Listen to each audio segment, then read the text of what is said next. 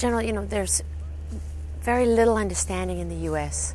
of where things stand at the moment. You don't even have all your troops under the surge out on the ground. Can you give us a sense, try and help people understand back home of where things stand now for you? Yeah, I'd be happy to. And it's a great question, because there's a sense that because declarations were made, or an operation was named or something like that, that it's already in full swing. And the fact is that we're still a couple weeks away from having all of our forces in their areas of responsibility. The fifth of the surge brigades is just moving into its area now. The Marine Expeditionary Unit, which is coming to Anbar Province, same thing.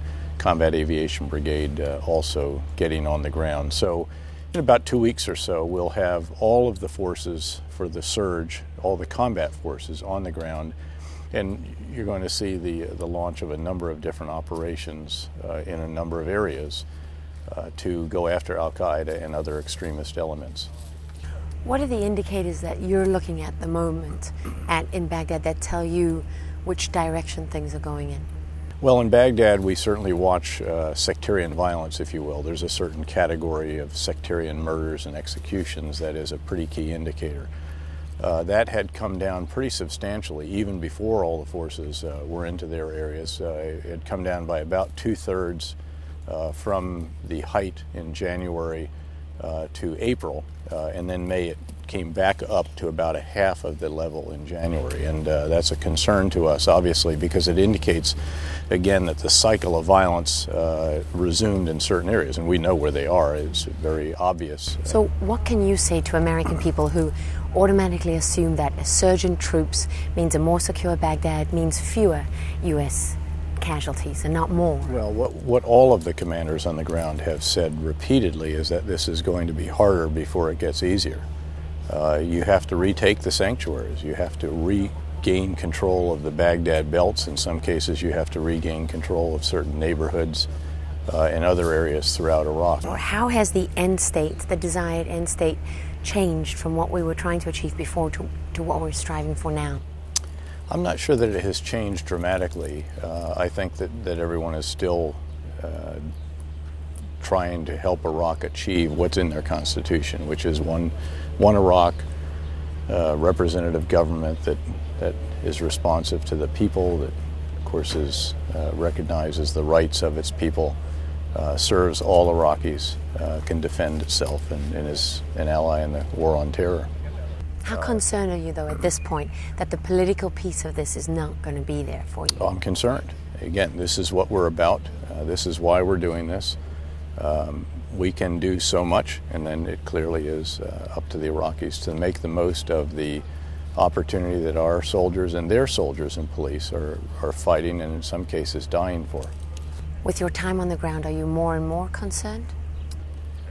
I don't know that I'd change that. I mean, I think that when I came back and initially saw what the sectarian violence had done, that was a bit of a taste of reality, or a vision of reality, if you will, because there were certain neighborhoods that when I had left 16 months earlier were vibrant, active communities and mohallas, as they say, shops all booming and so forth. And to see that on return back in mid-February was a bit of a dash of cold water.